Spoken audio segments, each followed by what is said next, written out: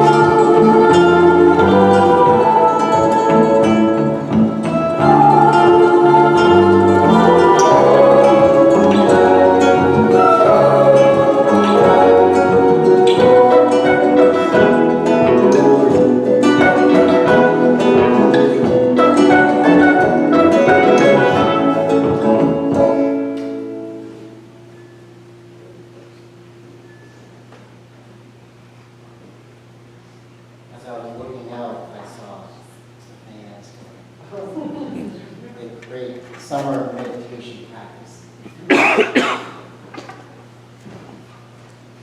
For a moment of centering silence, we pause, taking a break from our busy lives. We rest in this present moment. We are awake, we are alert, we are alive.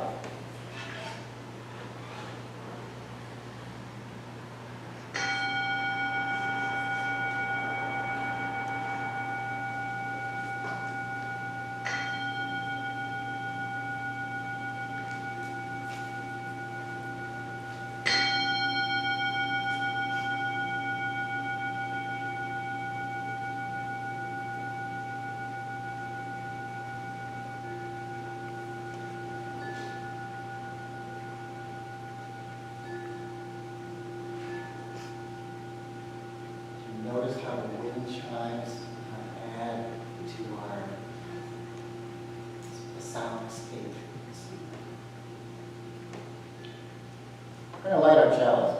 And speaking of visitors back in town for the holiday, it's great to see Fen, Carmichael, and the whole family. So Fen, please light our chalice for us this morning.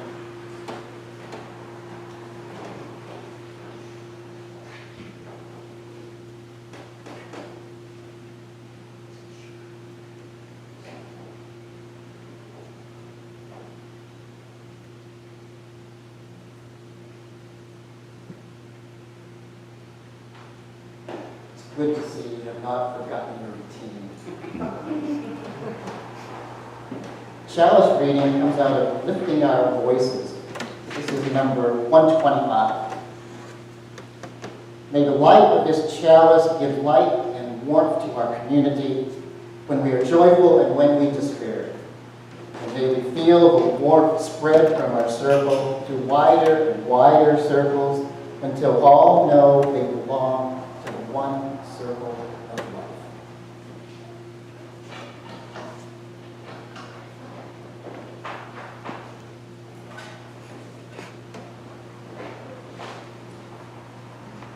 Opening words this morning come from one of the largest books in our Unitarian Society library. And it's titled Wisdom, which is a book of interviews from 2008 by Andrew Zuckerman.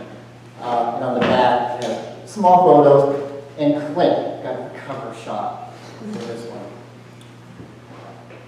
On the flyleaf cover, it says, inspired by the idea that one of the greatest gifts one generation can give to another is the wisdom it has gained from experience, multi-award-winning photographer and filmmaker Andrew Zuckerman has recorded the thoughts and ideas of 50 of the world's most prominent writers, artists, designers, actors, politicians, musicians, and religious and business leaders.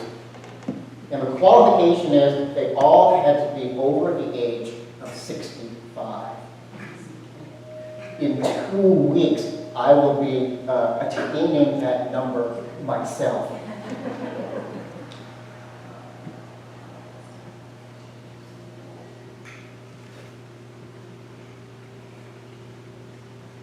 This book provides an extraordinary legacy for generations that follow and a timeless portrait of the common experiences that unite us all. And some of the people interviewed for this project were Madeleine Albright, Alan Arkin, Judi Dench, Chris Christopherson, Willie Nelson, Desmond Tutu, Jane Goodall, Andrew Wallace of Maine, and Nelson Mandela. For our opening words this morning, I'm going to read from Nelson Mandela interview.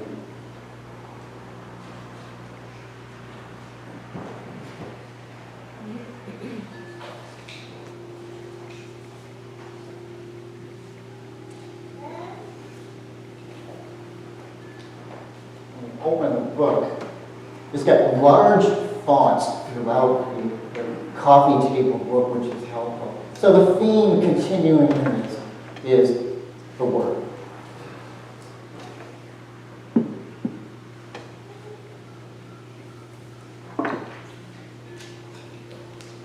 So here's a photograph of Nelson Mandela. A good head and a good heart are always a formidable combination.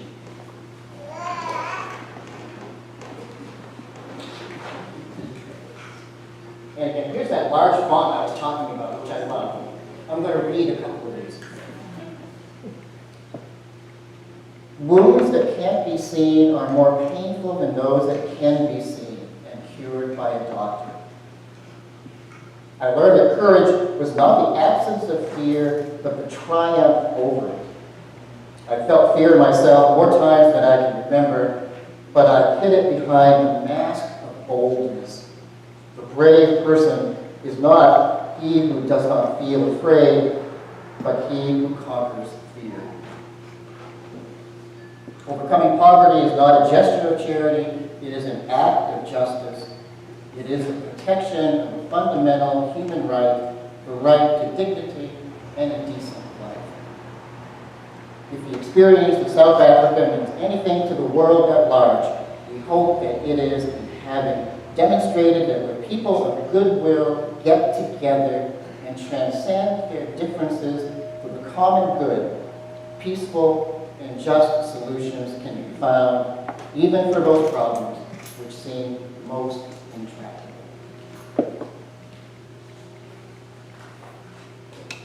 And one more photo. Yes,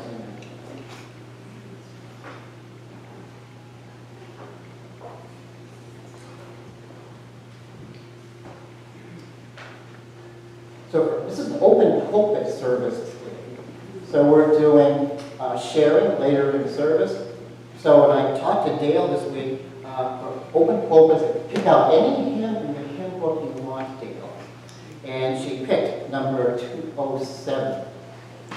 So Dale, if you would play that through for us one time. Yes, please do.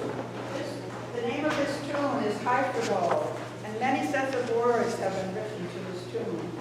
Today's set of words were written by a Unitarian. It's very singable, it kind of swings along. I think the words fit today's situation that we're all going through, and on a couple of different fronts. So I, as a former school music teacher and choir director for 18 years, I invite you to sing your hearts out.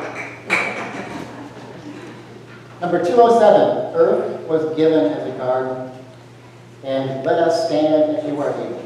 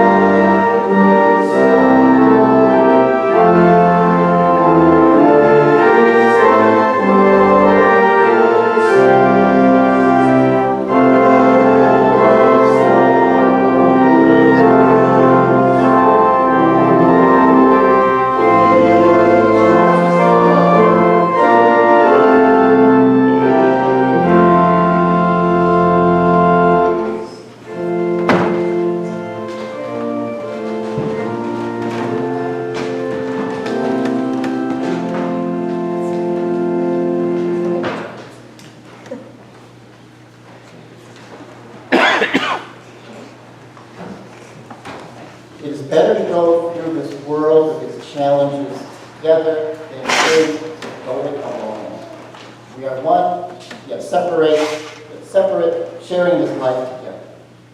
Let us light candles as we continue the journey this morning.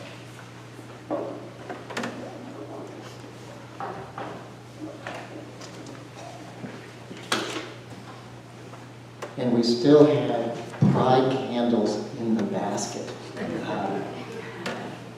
You can pick your favorite color.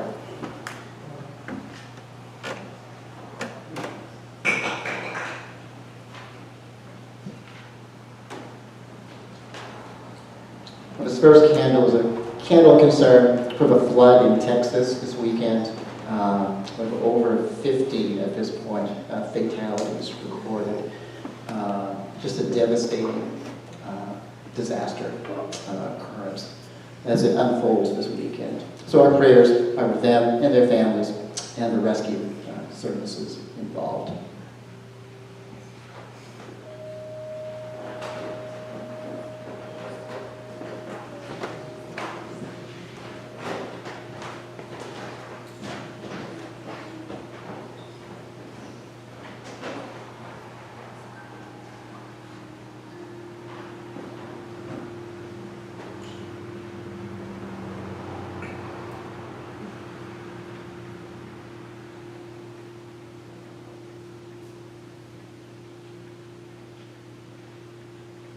This is a candle of remembrance.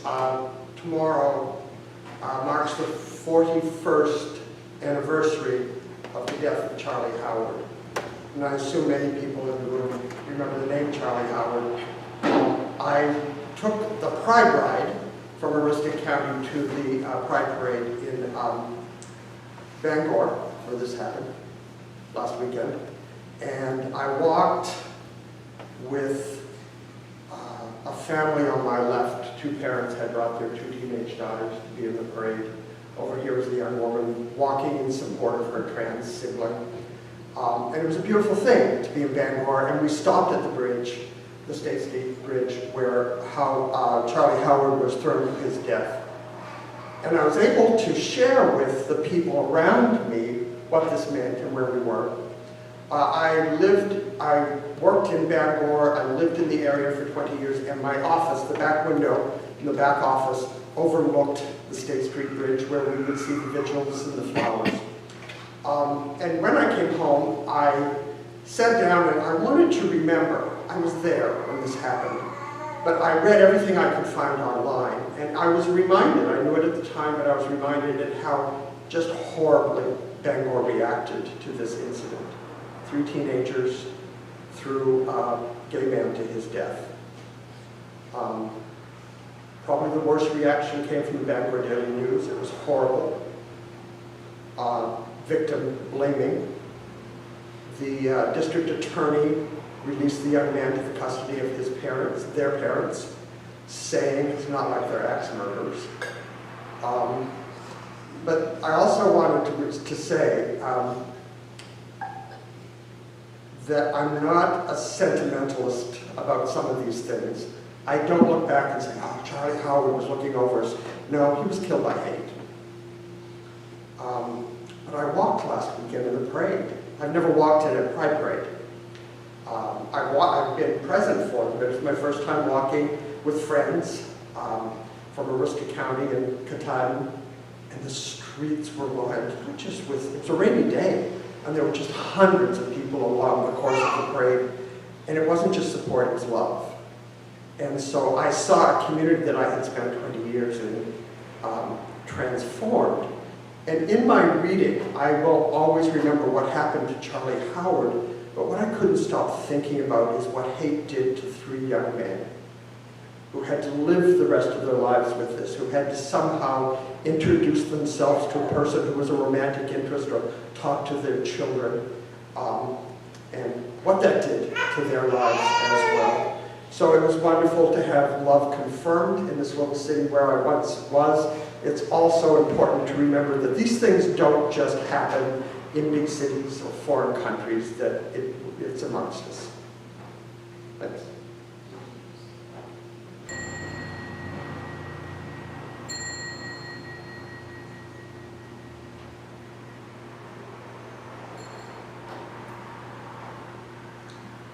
We hold space on this day for all those concerns and those names mentioned this morning, holding them in the light of love and compassion. May our group energy benefit all beings far and wide, and may we be one in spirit this hour as we remember all these persons to whom we are connected and for whom we care. We pray that all may find wholeness, contentment, healing, and peace. Blessed are we all on this day and in this life. Amen and blessed.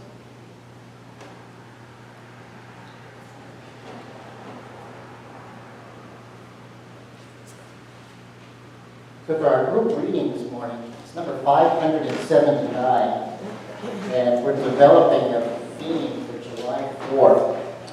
For Thomas Jefferson quote in the Bulletin on Tyranny. This year, we've been featuring this book by Timothy Snyder on tyranny, 20 lessons from the 20th century, classic, and the circulation in the last 6 months has been remarkable. And this reading from our hymnal, again on the same topic, from the writings of Frederick Douglass, The Limits of Tyrants. I will read the whole if you read the italicized. Those who profess to favor freedom and yet deprecate agitation are people who want crops without plowing up the ground. They want rain without thunder and lightning. They want the ocean without the awful roar of its waters. The struggle may be a moral one, or it may be both moral and physical, but it must be a struggle. Power conceives nothing without command. It never did, and it never will. Find out what people will submit to, and you have found out the exact amount of injustice which will be imposed upon them. The limits of tyrants are prescribed by the words of those whom they oppress. So let me explain how the Open-Pulpit Service works.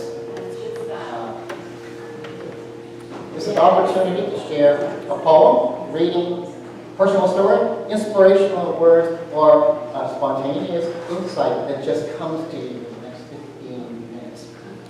These shares need to be brief, so we can fit in as many as possible. If it gets too long, the minister may have to give you a little indication. Actually, I'll take this little bell. It's not exactly we do have a gong. We'll use the bell is a little more subtle to get your attention or I could just go like this. We're going to go to close to 11 o'clock. Sharon, we can go a little longer if we need to. We'll just play this by ear. There is no specific topic selected for today. This is the no theme. We suspect, as it usually does, something develops along the way. It is July 4th weekend. So, with that, we do have our magic wand. So after you share, you say a few words, a little singing bowl on the table, just give it a light little tap with the magic wand, a blessing, and we'll have the next angel arrive to share.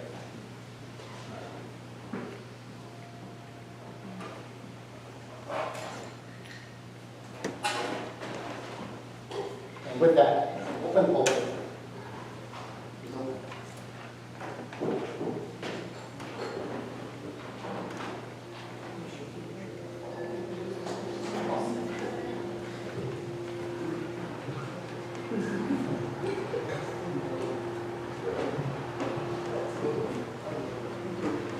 I jumped up because this went along with our group word reading. This was from the United Church of Christ Daily Devotional for July 4th by Reverend Matt Laney, who is the co-pastor of Virginia Highland Church, United Church of Christ in Atlanta, Georgia. He starts out with a scriptural quote from 2 Peter. They promise them freedom, but they themselves are slaves of corruption. And the name of his devotion is Red Coats and Red Hats. Today, the U.S. celebrates the adoption of a document that began with, quote, "all men are created equal," while simultaneously excluding women, indigenous peoples, enslaved Africans. Independence for some, chains for others. This year, we're watching our imperfect yet hard-won freedoms vanish like ink in a driving rain. Tyranny has evolved. It no longer wears a red coat. It disguises itself in slogans about freedom while legislating fear. It speaks of liberty while banning books and silencing dissent. It wraps itself in the flag and demands allegiance not to neighbor or justice, but to party, power, and a past that wasn't not golden for everyone. The red coat has become the red hat. While that hat may claim to make a nation great again, Jesus never told us to make nations great. He told us to love our enemies, welcome the stranger, lay down power. For Christ followers, and I like to say for love with all capital letters, for love followers, patriotism is never a higher calling than mercy and peacemaking. National loyalty is never a substitute for gospel justice. What do we do when an empire baptizes bigotry and calls it righteousness? We do what Jesus did. We flip the tables. We tell inconvenient truths. We feed the hungry, shelter the refugee, vote for the vulnerable, and pray with our feet. If fireworks ring hollow, you're not alone. Light a candle instead. Celebrate a deeper kind of freedom, one granted not by documents or borders, but by the Spirit who moves through protest songs and communion tables alike, and I would like to add, and through our holy chalice. The arc of the moral universe is long, but it bends when we pull. And here's a prayer. Liberating God, give us courage to do justice, love mercy, and march boldly when fireworks fail. Amen.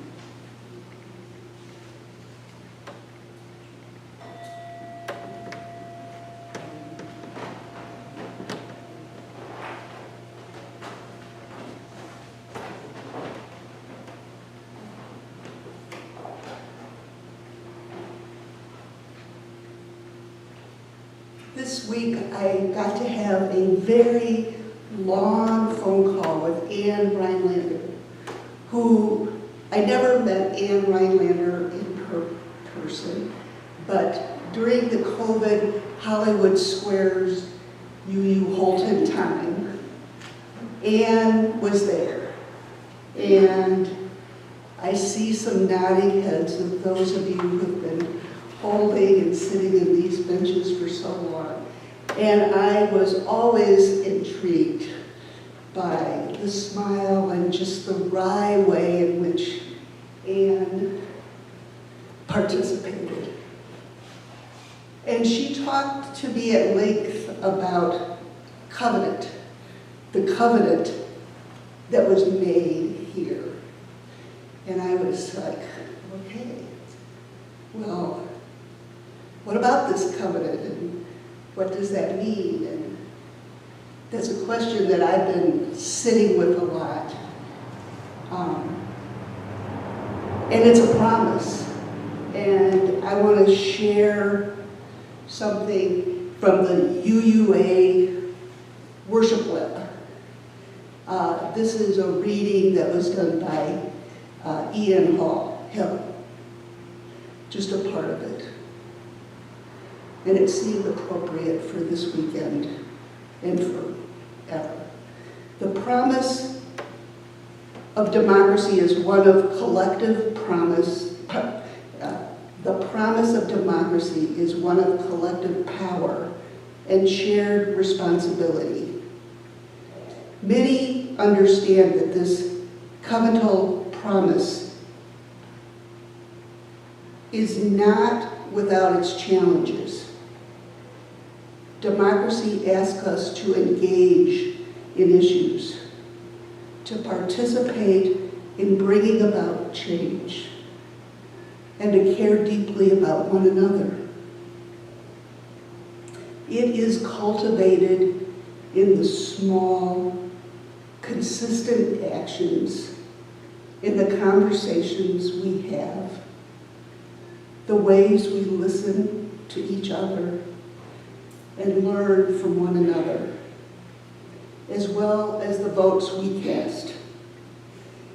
It demands that we see beyond ourselves, recognizing the dignity in every person and honoring the rich diversity of our lives.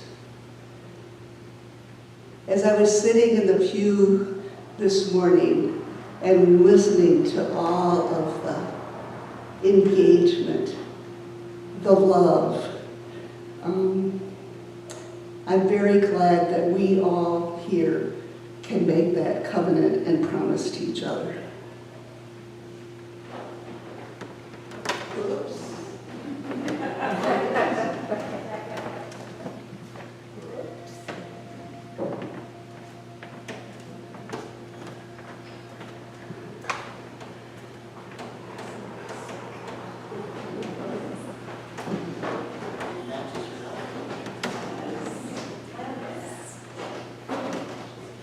Okay, so the glasses are going to have to come off. I know Dave shared some of my writing in the support page this week, so you probably know that I'm angry, I'm ashamed, but I'm still really hopeful. I want to read two poems.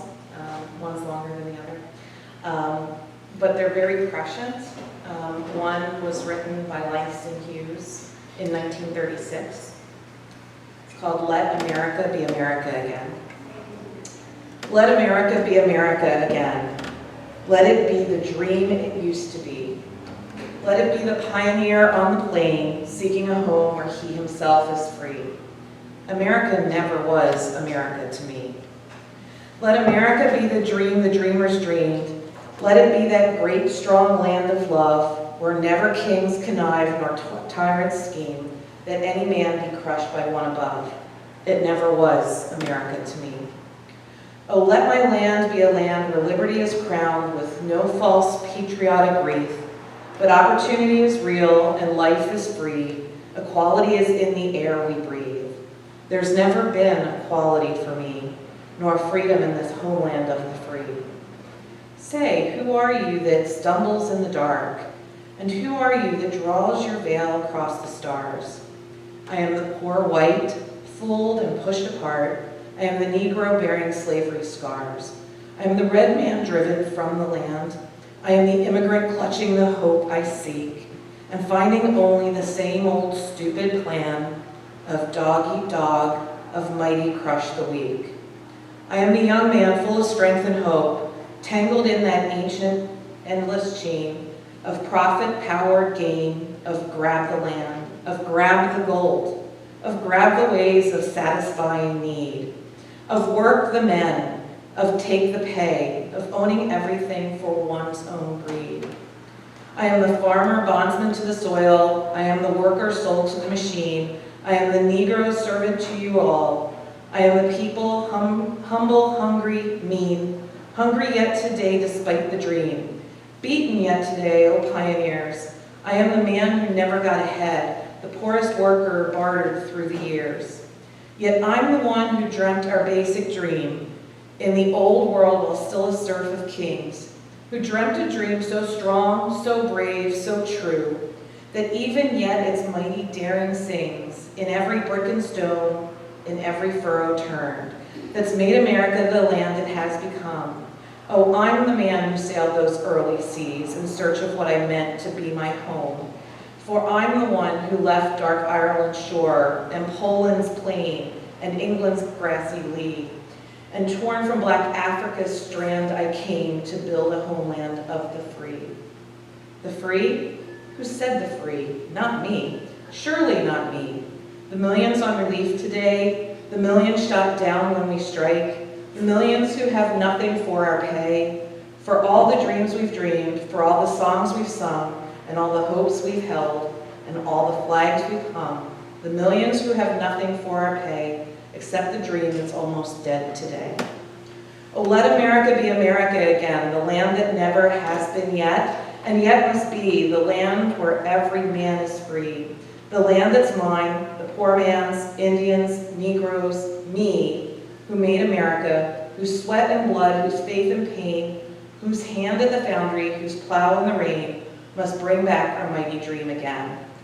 Sure, call me any ugly name you choose, the steel of freedom does not stain. From those who live like leeches on the people's lives, we must take back our land again, America. Oh yes, I say it plain, America never was America to me, and yet I swear this earth America will be.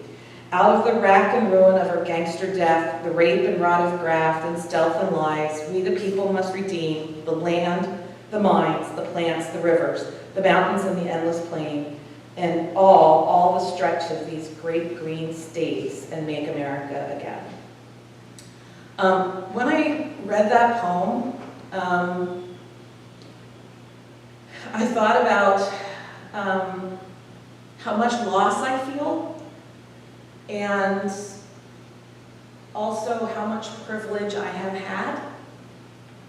That what I am feeling now is what many, many people of color, of lower socioeconomic status, who are different or less than somehow, have felt about our country for a long time. And that's really humbling. So that was 1936. I'm going to jump ahead to the shorter poem. This one is by a poet named Lawrence Ferlinghetti. It was written in 2007. I couldn't believe it was written in 2007 when I read it. Pity the nation. Pity the nation whose people are sheep and whose shepherds mislead them. Pity the nation whose leaders are liars, whose sages are silenced, and whose bigots haunt the airwaves. Pity the nation that raises not its voice except to praise conquerors and acclaim the bully as hero, and aims to rule the world by force and by torture. Pity the nation that knows no other language but its own, and no other culture but its own. Pity the nation whose breath is money and sleeps the sleep of the too well-fed. Pity the nation, or pity the people who allow their rights to erode and their freedoms to be washed away. My country, tears of thee, sweet land of liberty.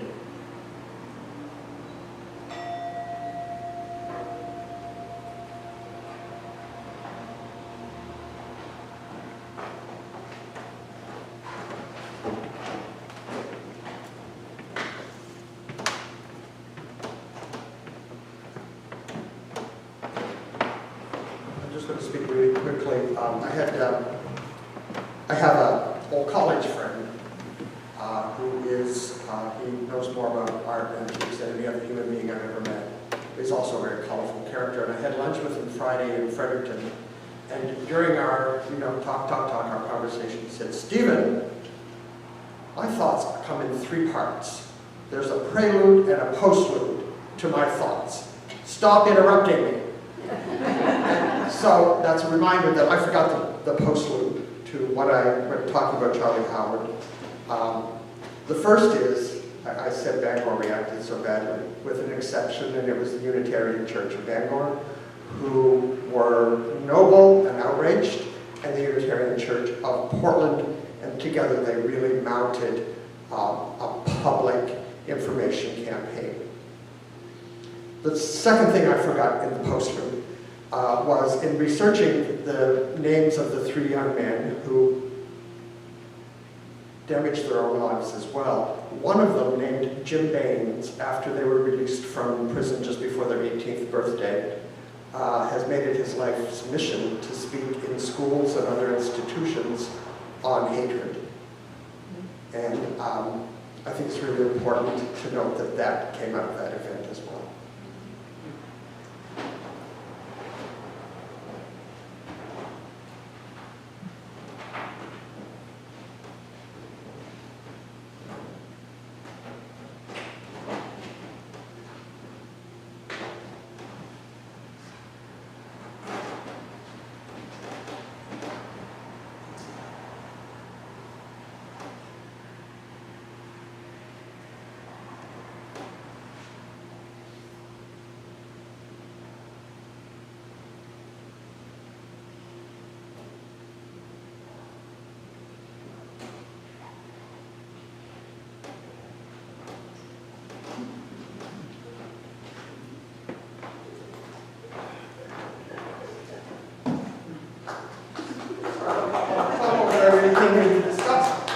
I think these open pulpit services can be magical.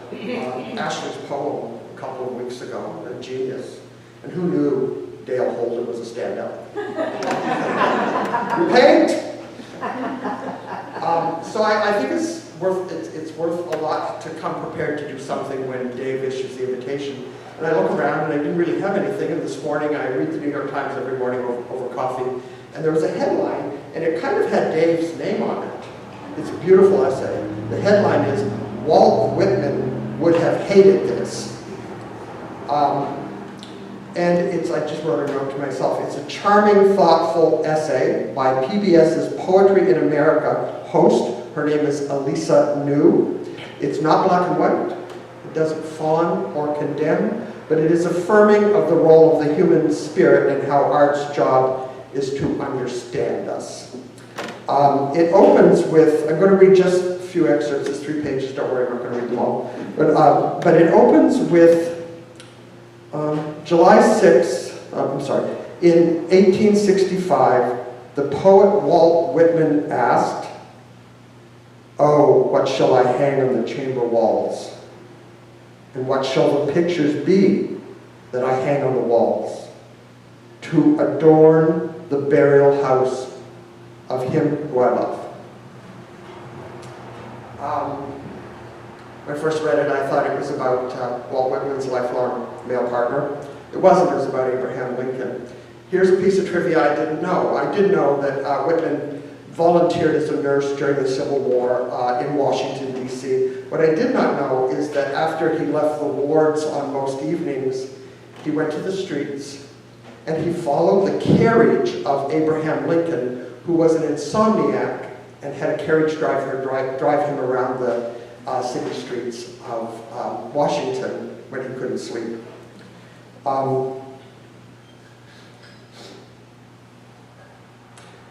Her essay reads, "I have always loved these 3 lines from Whitman's elegy, when lilacs last in the dooryard bloom," which he wrote in the spring of Abraham Lincoln's assassination. I've had Whitman in mind this spring as we've watched the Trump administration and its Department of Government efficiency disassemble the cultural infrastructure of the nation.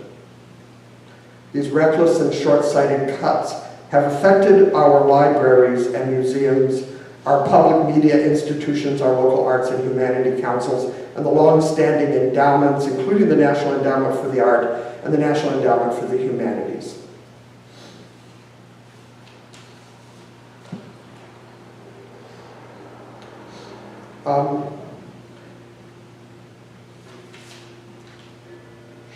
As I said at the beginning, these essays are not all black and white. She goes on to note that these institutions have changed from time to time depending on the government that was in power. Republicans and Democrats. Are we here someplace?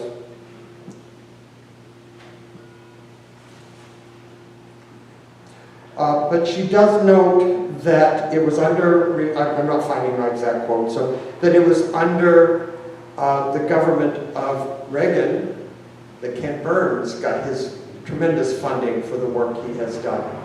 And he notes that the Library of Congress says Lynn Cheney, the leader of the NEH from 1986 to 93, was one of the earliest critics of a new cultural phenomenon, political correctness.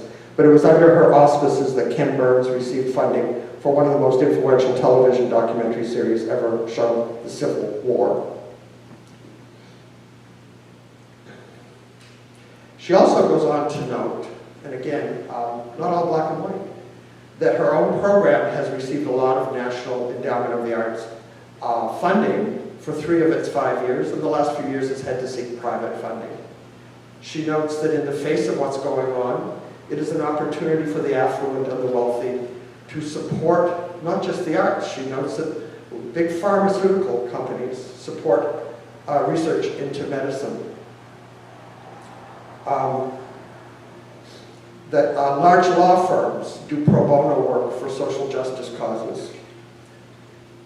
And that it is, so she says, why shouldn't there be pro bono divisions within film and music studios, or partnerships with great libraries and museums for archival research and costume and set design? So seeing some positive, some opportunities for positive growth. We already know that Bill Gates has dedicated his $200 billion fortune to help in sub-Saharan Africa with health interests since USAID has been, I think the term was put through the chipper. She also notes that the alternative to broad-based funding for the arts and humanities begins to look like art by fiat. Mr. Trump has directed the NEH to fund a specific project soliciting proposals for sculpture Garden of Heroes, and he has provided the names of most of the 250 people he wants to see represented life-size, as well as materials in which they may be cast in the acceptable styles of sculpture, realistic or classical, not abstract. And ironically, one of the characters that will be enshrined in the Garden of Heroes is our friend Walt Whitman. The essay says, I do not think Whitman's feelings would be hurt if he were left out. The project's emphasis on individual glory rather than the more collective ideals misses what Whitman endeavored to express and represents a departure from the more democratic values for which entities like the NEH have stood. The plans for the sculpture garden, in fact, raise more insistently Whitman's question, what shall we hang on the chamber's walls? It's a great essay. If you're subscribed to the Times, I really recommend reading it. It's beautifully written and beautifully thought out. Oh, gosh.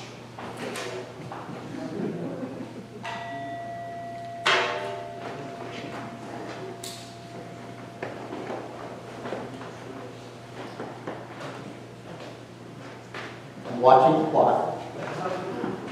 One last opportunity to bet. Last call. Here we go. I too have been watching the clock, and so for any new faces that don't know me, only know me from the end of our church service videos, my name is Jeffrey Fenn Carmichael. I used to be Dave's ministerial assistant. I wasn't the assistant minister, didn't finish up and get ordained. Basically, this is right-hand man before I moved down to New Orleans, or be with my wife and start a family. And But- Marisa. And Marisa. Huh? And Marisa. And wearing Roger Warren shirts. Roger used to be our unofficial timekeeper. So sorry I'm taking overtime there, Roger. But we had a lot of call to action today throughout this open pulpit. That's the theme that I've been hearing. And I just wanted to be a voice to come up here to say thank you to this church.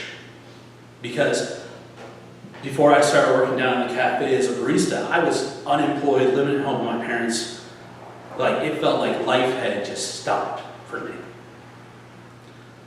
But I came here, found this community, trained to become a minister under Dave, went to Midville Lombard Unitarian Universalist Seminary, got my master's in religious studies from the help of many people here today are with us anymore.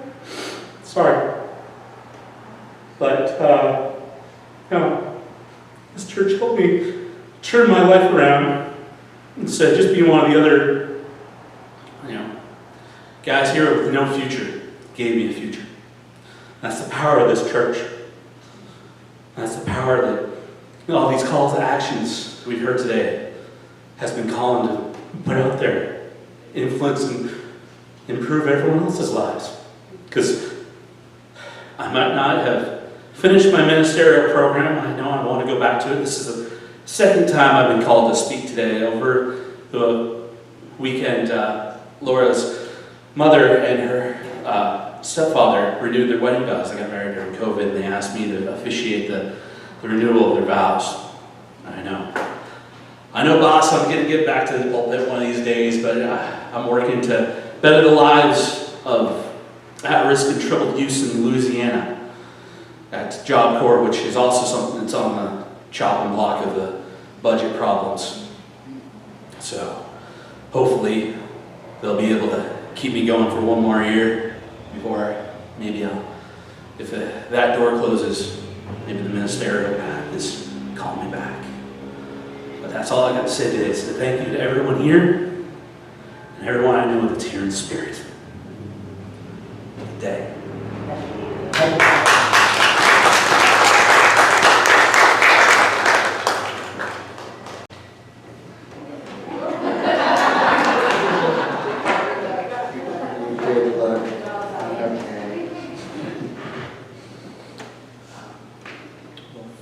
Thank you all who shared today. Well, I mean, really, Steve, you could kind of share twice today. I do want to mention the American flag. This has been I don't carry signs in the rallies that have been going on. In this conversation of the Social Action Committee with Catherine the other night, before she wrote her angry article, this tension between how do we celebrate our country and our history, all with it, and how do we grieving some of the losses or the setbacks, and this combination. So what I've been doing is not carrying a sign. I've been taking our Unitarian flag, it only has 48 stars on it, and taking it out to the protest to have our presence, the historic Unitarian Church flag. And to me, that feels like it's not saying anything, it's just a statement of carrying this church history in the town.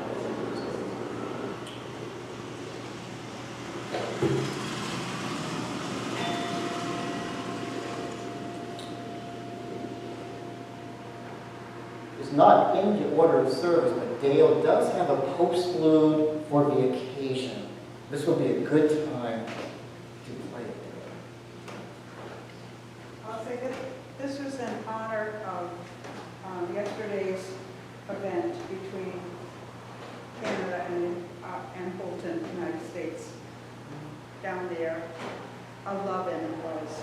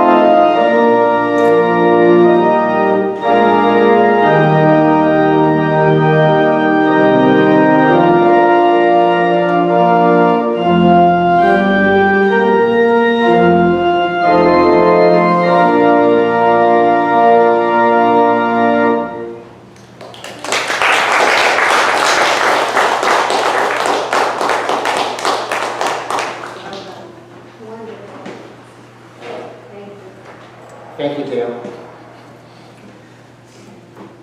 And now, as we extinguish the chalice, may the blessing of truth be upon us, the power of love direct and sustain us, and may the peace of this community preserve our going out and our coming in from this day forth until we meet again. Amen. You may be seated. We want to thank everybody for tuning in today. If you'd like to show your support, please hit the like button, subscribe to our channel if you're not already subscribed, and help us out by sharing this message by clicking the share button. If you'd like to make a monetary donation to you, Church Houlton, there is a link to our online donations in the video description down below. And again, thank you so much and have a blessed day.